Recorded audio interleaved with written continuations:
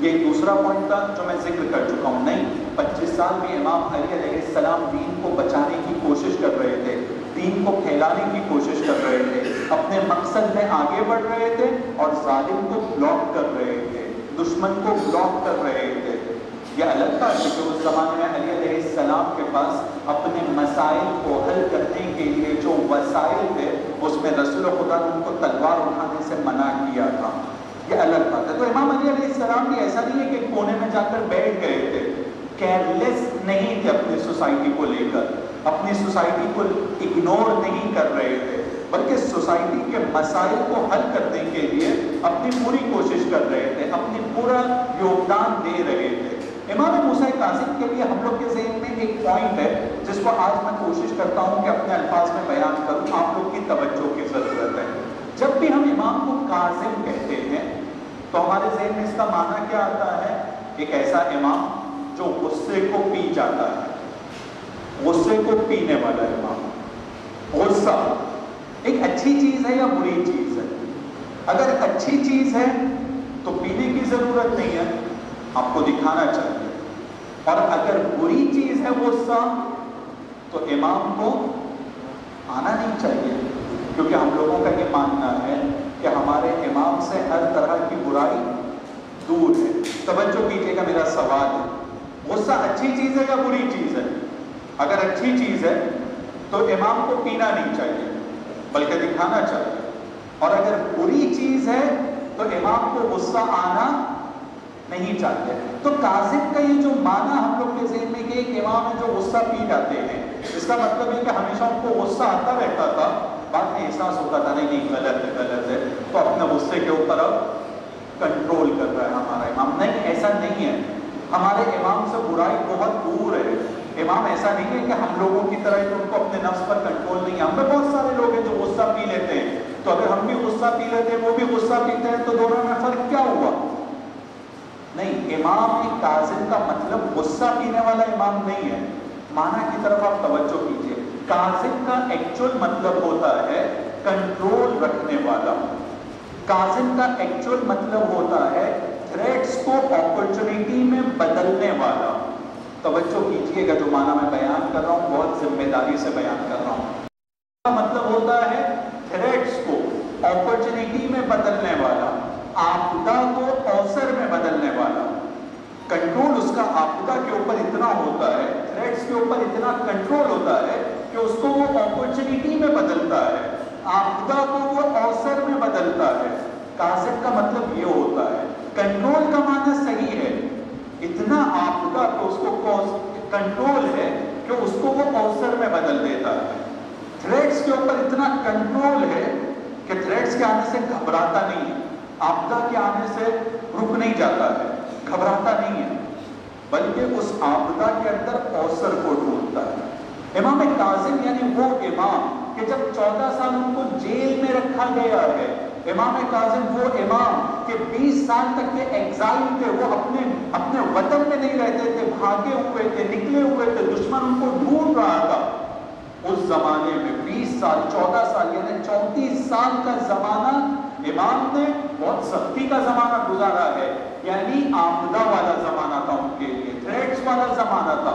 لیکن اس 34 سال کے زمانے کے اندر بھی امام نے تھریٹس کو چونکہ اپرچونٹی میں بدلا ہے بار بار، تو اس امام کو کہا گیا ہے کہ کاظم ہے. یعنی اس نے آپدہ پر کنٹرول کیا اور اس کو اوسر میں بدلا ہے. کاظم یعنی غصہ پینے والا نہیں ہے. کاظم یعنی آپدہ کو اوسر میں بدلنے والا، تھریٹس کو اپرچونٹی میں بدلنے والا. ایک صلوات پڑھیں بر محمد و آل محمد.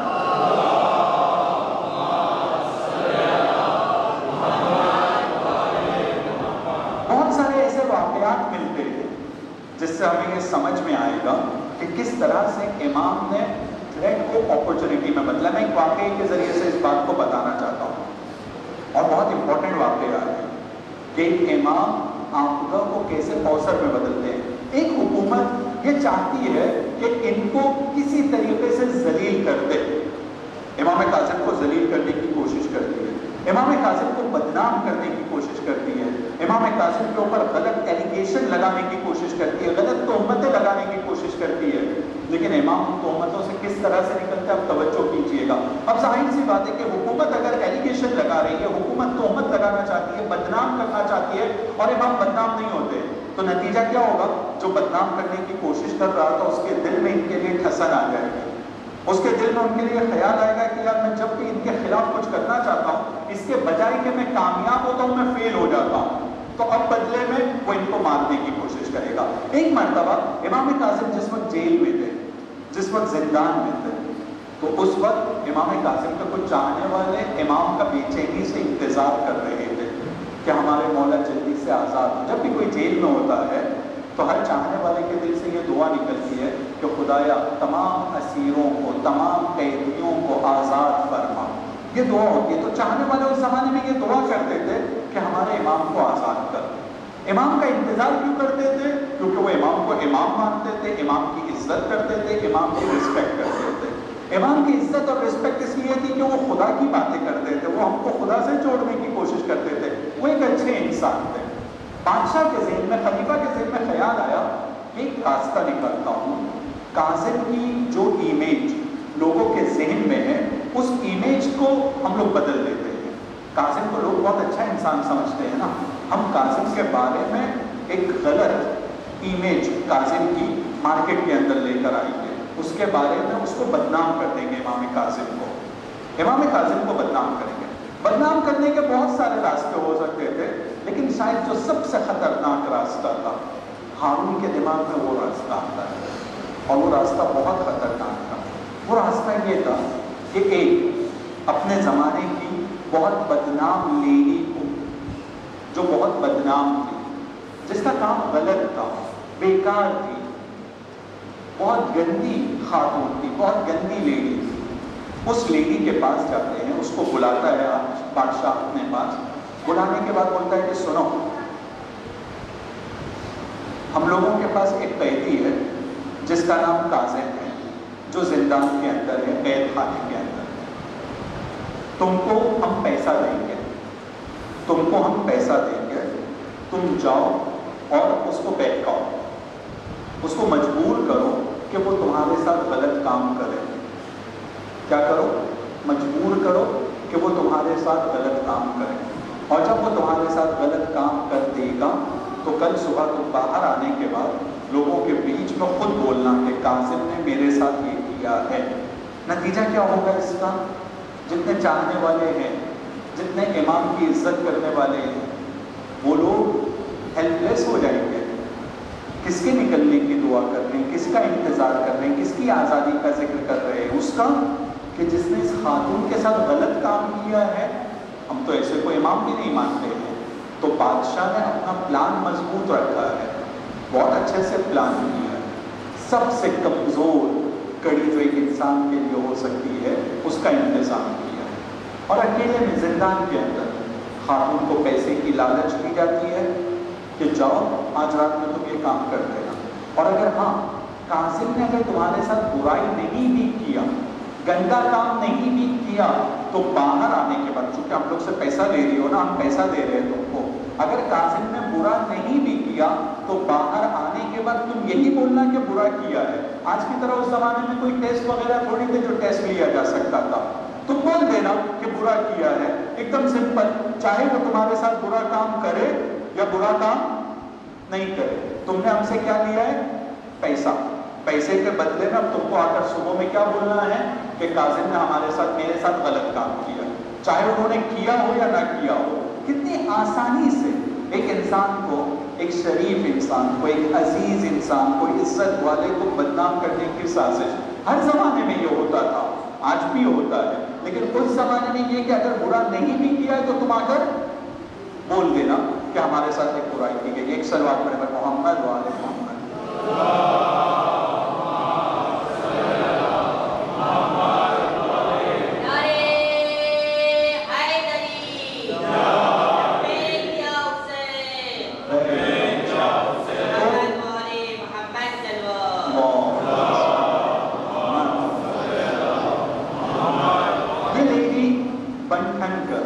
سج دھج کر تیار ہو کر جیل کے اندر جاتی ہے اور غلط فہمی کا شکار ہے۔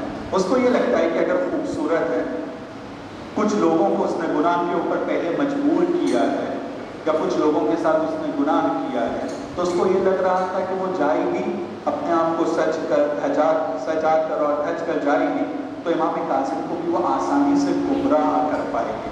شروع میں اس نے کوشش کیا امام کاظم کو گمراہ کرنے کے لیے، تھوڑی دیر کے بعد وہ لیڈی امام کاظم کے پاس تو رکی ہے، بعد میں صبح کے وقت بادشاہ اپنے پورے لوگوں کے ساتھ میں، وزیروں کے ساتھ میں جیل کے دروازے پر آتا ہے، اور بہت سارے لوگ، آج کی زبان میں یہ کہا جا سکتا ہے، بہت سارے جرنلسٹ لوگوں کو، خبرنگار لوگوں کو اپنے ساتھ لے کر آتا ہے کہ آج بہت بڑی بریکنگ نیوز آنے والی ہے، آج ایک بہت بڑی خبر آنے والی ہے۔ خبر کیا آنے والی ہے؟ کیونکہ لیڈی کو پیسہ دے چکے ہیں نا، تو وہ باہر نکل کے کیا بولے گی ابھی کہ کاظم نے میرے ساتھ رات میں برا کام کیا ہے، چاہے انہوں نے کیا ہو یا نہ کیا ہو۔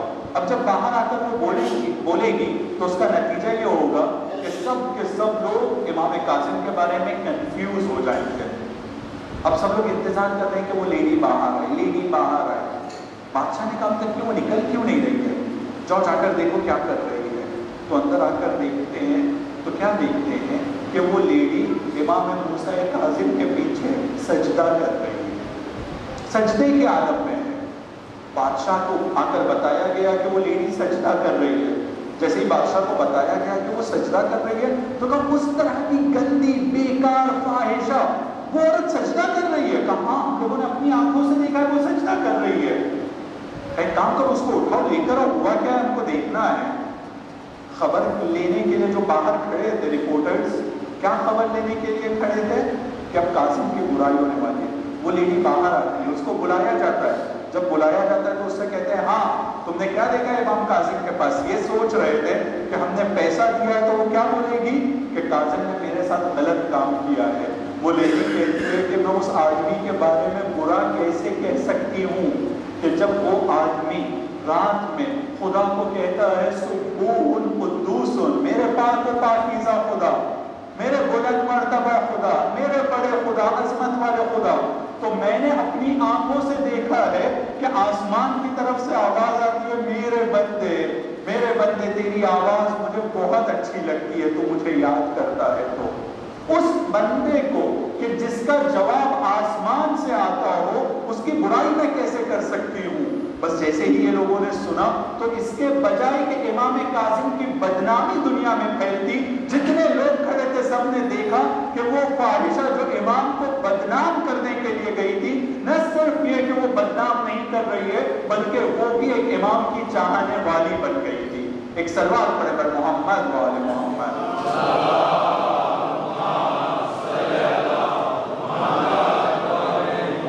یہ جو کام ہے اس کو کہتے ہیں کاظم، آپدہ کو اوسر میں بدلنا۔ کتنا سخت ٹائم تھا، کتنا بڑا تھریٹ تھا۔ دشمن اپنے حساب سے پورا پلان کر کے بیٹھا ہوا ہے کہ اب جو میں نے اس بار رنگیتی بنایا ہوں، اس بار جو میں نے پلان کیا ہے، اب اس پلان میں کوئی ہمیں ہرا نہیں سکتا ہے۔ لیکن وہ کاظم تھے، آپدہ کو اوسر میں بدلنے والے تھے۔ وہ کاظم تھے، تھریٹ کو اپرچونٹی میں بدلنے والے تھے۔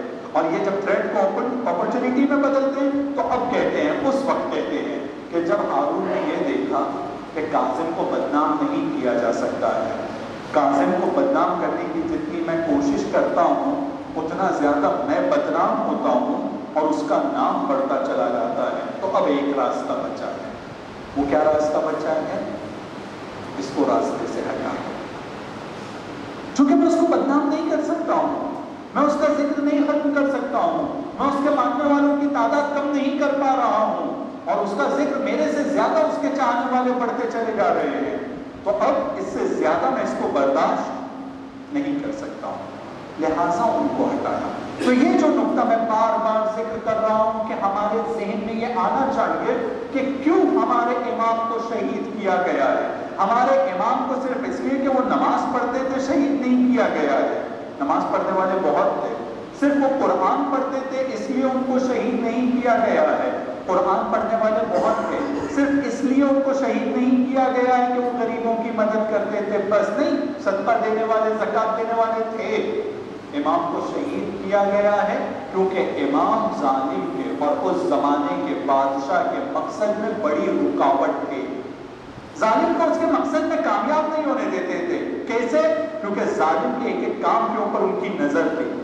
ہم لوگوں کی بھی ذمہ داری ہے کہ ہم اپنے زمانے کے خدا کے دشمن کو پہچانیں۔ ہمیں بھی آج کے زمانے کے دشمن کے گلے کی ہڈی بننا ہے۔ ہم لوگوں کو یہ بننا ہے۔ ہم اس زمانے میں بہت سارے لوگ جو نماز پڑھتے تھے، ہم کو ویسا نماز پڑھنے والا نہیں بننا ہے۔ ہمیں سید سجاد کی نماز کی طرح نماز کو سیکھنا ہے کہ جن کی نماز دوسری نمازوں سے الگ ہے۔ وہ نمازیں ایسی تھی جہاں بادشاہ بھی کھڑا ہو کر نماز پڑھتا تھا، لیکن امام سجاد کی نماز ایسی تھی کہ جس کے اندر اس نماز میں یہ اعلان ہوتا تھا کہ ہم ظلم کا ساتھ نہیں دیں گے، ہم خدا کے علاوہ کسی سے نہیں ڈریں گے۔ اگر تو بادشاہ ہوگا ظاہری طور پر، لیکن ہمارا یہ ماننا ہے کہ لا حول ولا قوت الا باللہ العلی العظیم۔ خدا کے علاوہ کوئی قدرت ہے ہی نہیں، کوئی طاقت ہے ہی نہیں، کسی میں یہ دم نہیں ہے کہ مجھ سے ایک دانے کو روک سکے میرے پاس آنے کے لیے۔ اگر میرا خدا مجھے دینا چاہتا ہے اور اگر میرا خدا مجھے زندہ رکھنا چاہتا ہے تو کسی میں ہمت نہیں ہے کہ مجھے مار کر بتائے۔ ہو ہی نہیں سکتا ہے یہ کام۔ امام سجاد کی نماز یہ نماز تھی، امام علی کی نماز یہ نماز تھی، امام باقر کی نماز یہ نماز تھی۔ اس نماز سے ان کو یہ پیغام ملتا تھا کہ ہمیں خدا کے علاوہ کسی کے سامنے نہیں جھکنا ہے۔ لوگ اپنے آپ کو جتنا بھی بڑا سمجھ لیں، لوگ اپنے آپ کو کتنا بھی بڑا بنا لیں، اپنے آپ کو بڑا بڑا انسان سمجھنے لگے، لیکن ہم خدا کے علاوہ اور معصومین کے علاوہ کسی کو اپنا بڑا نہیں سمجھیں گے۔ ہم لوگوں کی نماز کا پیغام یہ ہے، ہم جب کہتے ہیں اللہ اکبر، اس کا مطلب یہ ہے کہ ہم کسی کے سامنے نہیں جھک سکتے ہیں۔ ہماری عزت خدا کی دی ہوئی ہے، خدا کی دی ہوئی عزت کو ہم کسی کے سامنے جا کر دے نہیں سکتے ہیں۔ اور چونکہ ہم دوسروں کے سامنے جب جھکیں گے نہیں نا، تو یہ جو بادشاہ لوگ ہوتے ہیں، جو طاقتور لوگ ہوتے ہیں، جو بڑے لوگ ہوتے ہیں، جیسے میں فرعون کا واقعہ میں نے سنایا تھا نا، جناب موسیٰ اور فرعون کا واقعہ، تو اگر فرعون کے سامنے کھڑے ہو کر جناب موسیٰ کہتے ہیں نا تم مجھ کو مانو اور میرے پروردگار کو مانو، تو فرعون کو یہ برا لگتا ہے کہ تو میرے سامنے ایسی بات کرے گا، چونکہ اس کا ایگو ہرٹ ہوتا ہے، اور جب ایگو ہرٹ ہوتا ہے تو پھر یہ چاہتا ہے کہ اب جس نے میرا ایگو ہرٹ کیا ہے نا اس کو راستے سے ہٹاؤں، چونکہ ایگو ہرٹ کیا ہے۔ تو اگر ہم بھی اپنے زمانے کے ظالم کے سامنے جھکیں گے نہیں تو اس کا ایگو ہرٹ ہوگا، اس کا ایگو ہرٹ ہوتا ہے ہونے دیجیے۔ ہم کو اپنے وقت کے امام کو خوش کرنا ہے، ہم کو اپنے وقت کے امام زمانہ کو خوش کرنا ہے۔ ہم کو امام علی علیہ السلام نے یہ سبق سکھایا ہے کہ کسی بھی ظالم کے سامنے جھکنا نہیں۔ میرا چاہنے والا خدا کے علاوہ کسی کے دروازے پر ہاتھ نہیں پھیلائے گا، میرا چاہنے والا خدا کے علاوہ کسی سے مدد نہیں مانگے گا۔ یہ امام علی کا سبق ہے۔ اور جب ہم دوسروں کے دروازے پر نہیں جائیں گے، ہماری عزت، ہماری کامیابی وہاں سے شروع ہوتی ہے۔ ہم لوگ اگر آج دنیا میں بیکورڈ ہیں، آج ہم لوگ دنیا میں اگر بہت پیچھے ہیں، تو اس کی ایک بڑی وجہ یہ ہے کہ ہم نے خدا کو چھوڑ کر دنیا کے لوگوں سے اپنی زندگی کو بدلنے کے لیے مدد مانگا ہے۔ ہم لوگوں کو خدا سے مدد مانگنا ہے۔ ہم لوگوں کو امام کاظم کا جو فارمولا ہے آبودہ کو اوسر میں بدلنے والا، اپنی زندگی میں اس فارمولا کو اپلائی کرنا ہے۔ ہاں، ہم لوگوں کے پاس بہت تھریٹس ہیں، ہم لوگ کے بہت ویکنیس ہیں، ہم لوگ کی بہت کمزوریاں ہیں، ہمارے سماج میں بہت مشکلات ہیں، لیکن ہم کو ہمارے سماج کے پرابلمس کو حل کرنے کے لیے خدا کی مدد چاہیے ہے، امام زمانہ کی نظر چاہیے ہے، قرآن کی تعلیم چاہیے ہے۔ نہیں کہ کسی لوگوں کے پاس جا کر ہم یہ سمجھیں کہ ان کے سامنے جھک کر ہم اپنے مسائل کو حل کر سکتے ہیں، نہیں، کبھی نہیں ہو سکتا ہے۔ اور خدا کو سب سے زیادہ برا یہ لگتا ہے کہ جب تم نے مجھ کو اپنا خدا مان لیا ہے تو اپنا خدا ماننے کے بعد میں تم دوسروں کے سامنے ہاتھ پھیلاتے ہو۔ خدا کو یہ بات بہت بری لگتی ہے۔ اور جو لوگ خدا کے علاوہ کسی کے پاس جاتے ہیں نا اپنے مسائل کو حل کرنے کے لیے کہ صاحب آپ بھی ہمارے پرابلم کو حل کر سکتے ہو، تو اس کے نتیجے میں خدا بہت ناراض ہوتا ہے۔ اور صرف ناراض نہیں ہوتا، میں ایک واقعہ آپ کو بتاؤں۔ کہا یہ گیا ہے کہ جس وقت جناب یوسف نے ان دو لوگوں کو کہ جو جناب یوسف کے ساتھ جیل میں تھے خواب کی تعبیر کو بتایا، خواب کی تعبیر بتانے کے بعد ایک کو یہ بتایا کہ جب تم بادشاہ کے پاس جانا تو میرا بھی ذکر کرنا، اس کو یاد دلا دینا، اس کو یاد دلا دینا کہ یوسف جیل میں ہے، اس کو یاد دلانا بادشاہ کو، اور بادشاہ کو تم یاد دلاؤ گے تو شاید میرے جیل سے آزاد ہونے کا کوئی راستہ نکل جائے گا۔ روایت میں کیا ملتا ہے، یوسف سیریل میں آپ نے اس بات کو دیکھا ہوگا، وہ بندہ جب آزاد ہو جاتا ہے وہ بھول جاتا ہے کہ جناب یوسف نے اس کو کچھ یاد دلانے کے لیے بھی کہا تھا۔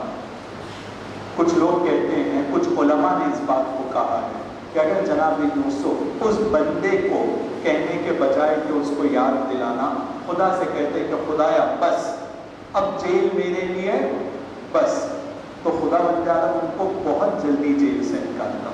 لیکن خدا کو کہنے کے بجائے انہوں نے اس کو یاد دلانے کے لیے کہا ہے، تو اس جملے کے اوپر خدا بند عالم نے کہا ہے کہ میرے علاوہ تو نے کچھ کسی سے کہا ہے نا، ٹھیک ہے اب انتظام کرو، مجھ سے مانگو مدد، میں تمہاری مدد فوراً کروں گا، میں تمہارے کام آؤں گا۔ جناب ابراہیم کا واقعہ اس میں بہت امپورٹنٹ ہے کہ جس وقت جناب ابراہیم کو جلتی ہوئی آگ میں پھینکا جا رہا تھا تو جبرائیل آتے ہیں جناب ابراہیم کے پاس۔ جبرائیل کون ہے؟ خدا کا بھیجا ہوا ایک فرشتہ ہے، خدا کے مرضی کے بغیر جبرائیل آ نہیں سکتے۔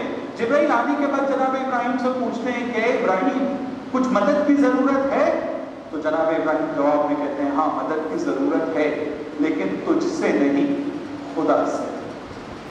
جبرائیل بھی خدا کے شاسن، خدا کے سسٹم کا ایک فرشتہ ہے، لیکن اس کو بھی وہ کیا کہتے ہیں؟ تجھ سے نہیں، بلکہ کس سے مدد چاہیے؟ خدا سے۔ اور جیسے ہی خدا سے مدد مانگتے ہیں تو خدا بند عالم کہتا ہے اے آگ میں تجھ کو حکم دیتا ہوں کہ ٹھنڈی بھی ہو جا اور ابراہیم کے لیے سلامتی کا سبب بھی باقی رہنا۔ ایک صلوات پڑھ کر محمد و آل محمد۔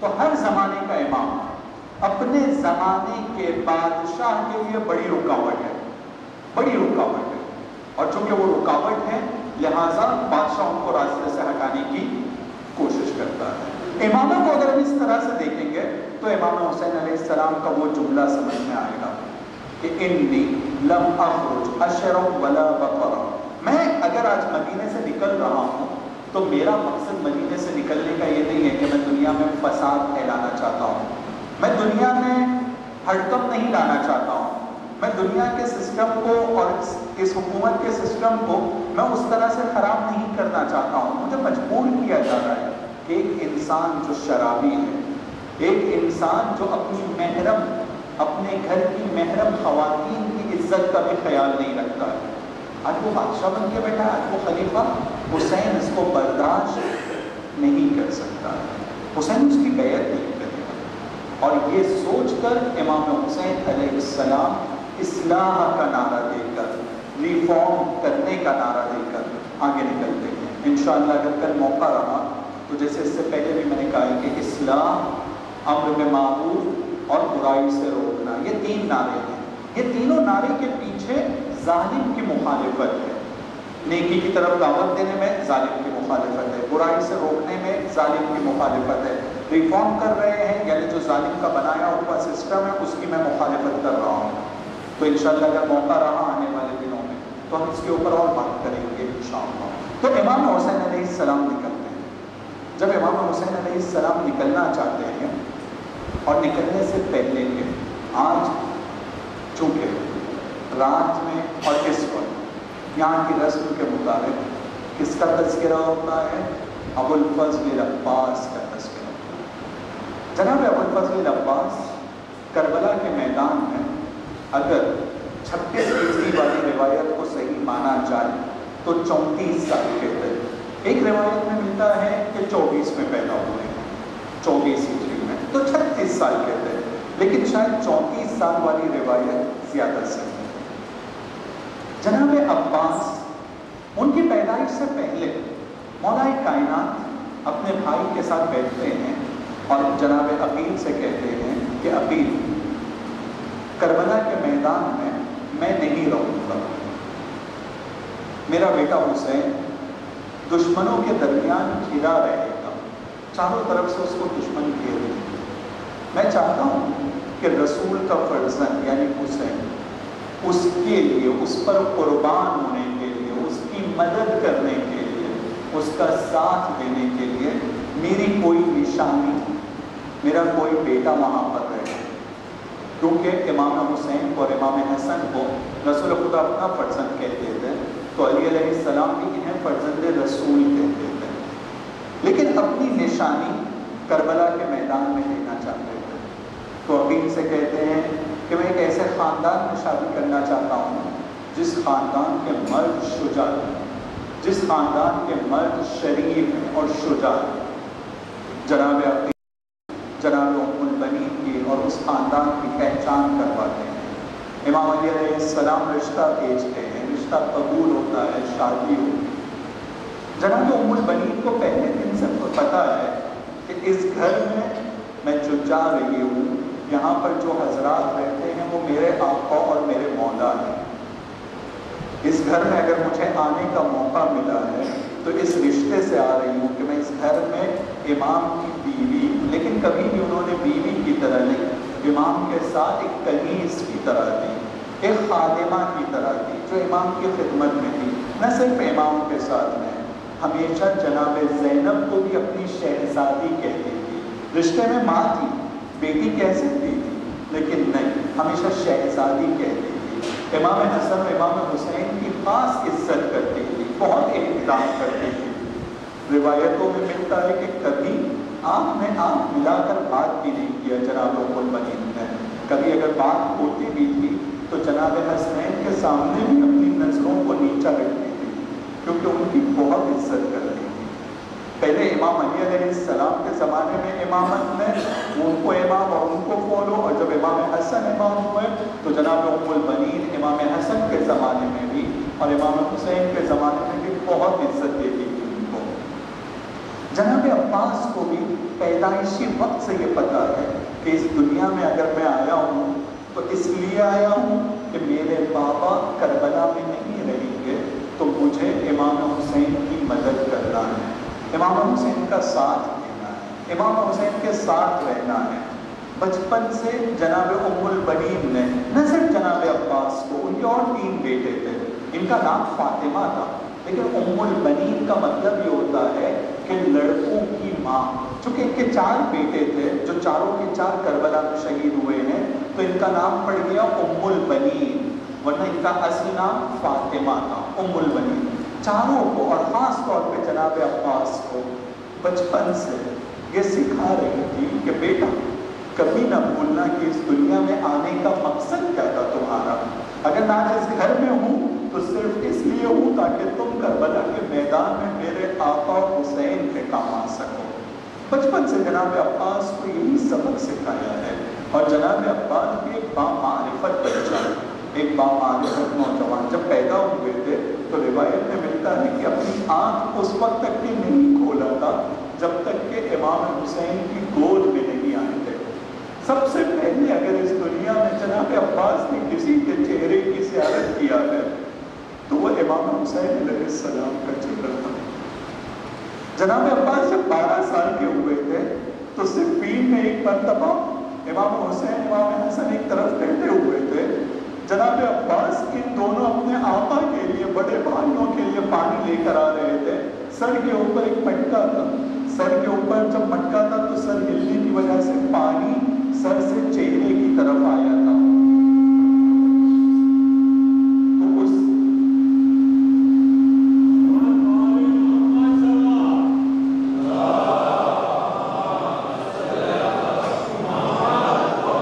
اس حالت میں جب امام علی نے جناب عباس کو اس طرح سے دیکھا تو جناب عباس کو اپنے نزدیک بلاتے ہیں، گلے سے لگاتے ہیں، ان کے ہاتھوں کا بوسہ لیتے ہیں، ان کو بہت پیار کرتے ہیں کہ میرا بیٹا عباس رسول کے فرزند کو پانی پلا رہا ہے۔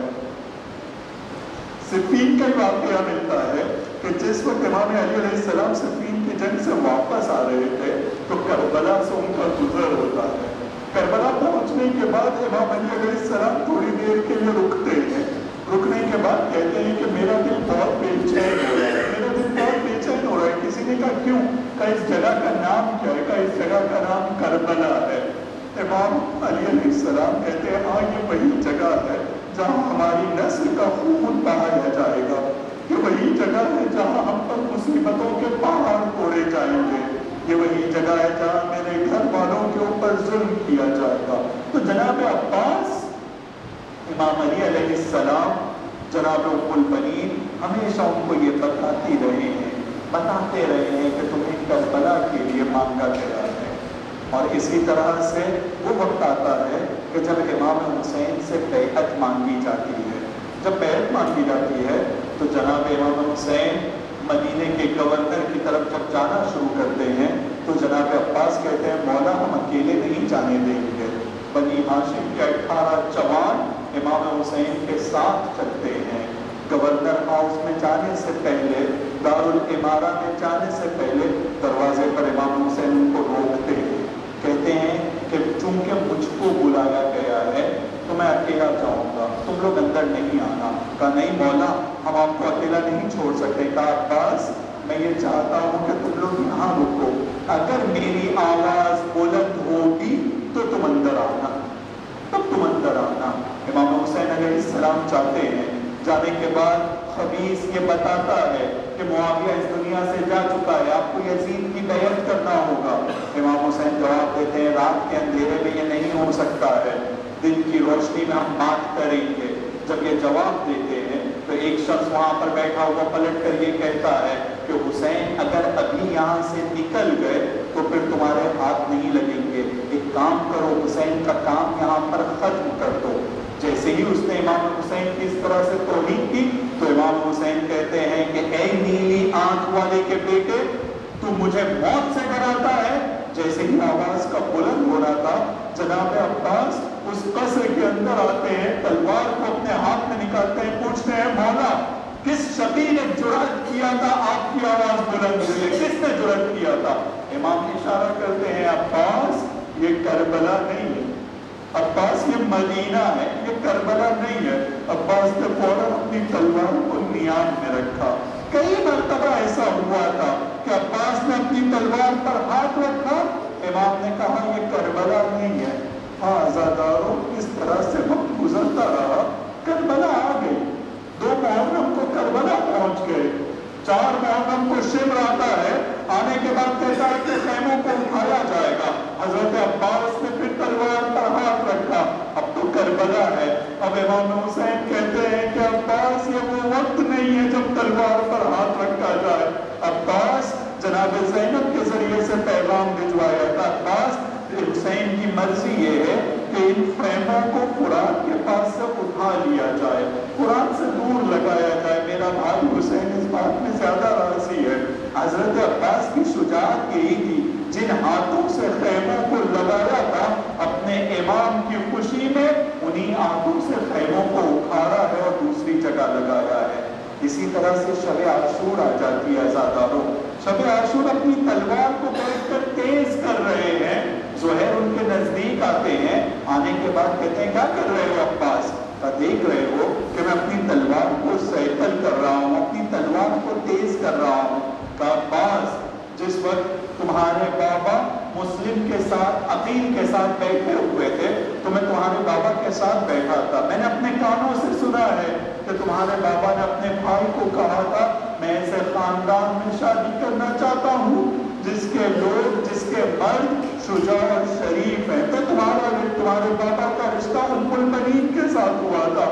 حضرت عباس ایک انگڑائی لیتے ہیں، جو لوہے کا کپڑا، جو لوہے کا ڈریس جنگ میں پہنا جاتا ہے اسے زرہ کہتے ہیں، اس کی جو کڑیاں ہوتی ہیں، اس کی جو کڑی تھی حضرت عباس کی انگڑائی لینے کی وجہ سے وہ کڑی ٹوٹ جاتی ہے اور جناب زہیر کو کہتے ہیں زہیر کیا تم مجھے جوش دلا رہے ہو، تم مجھے شجاعت دلانا چاہتے ہو؟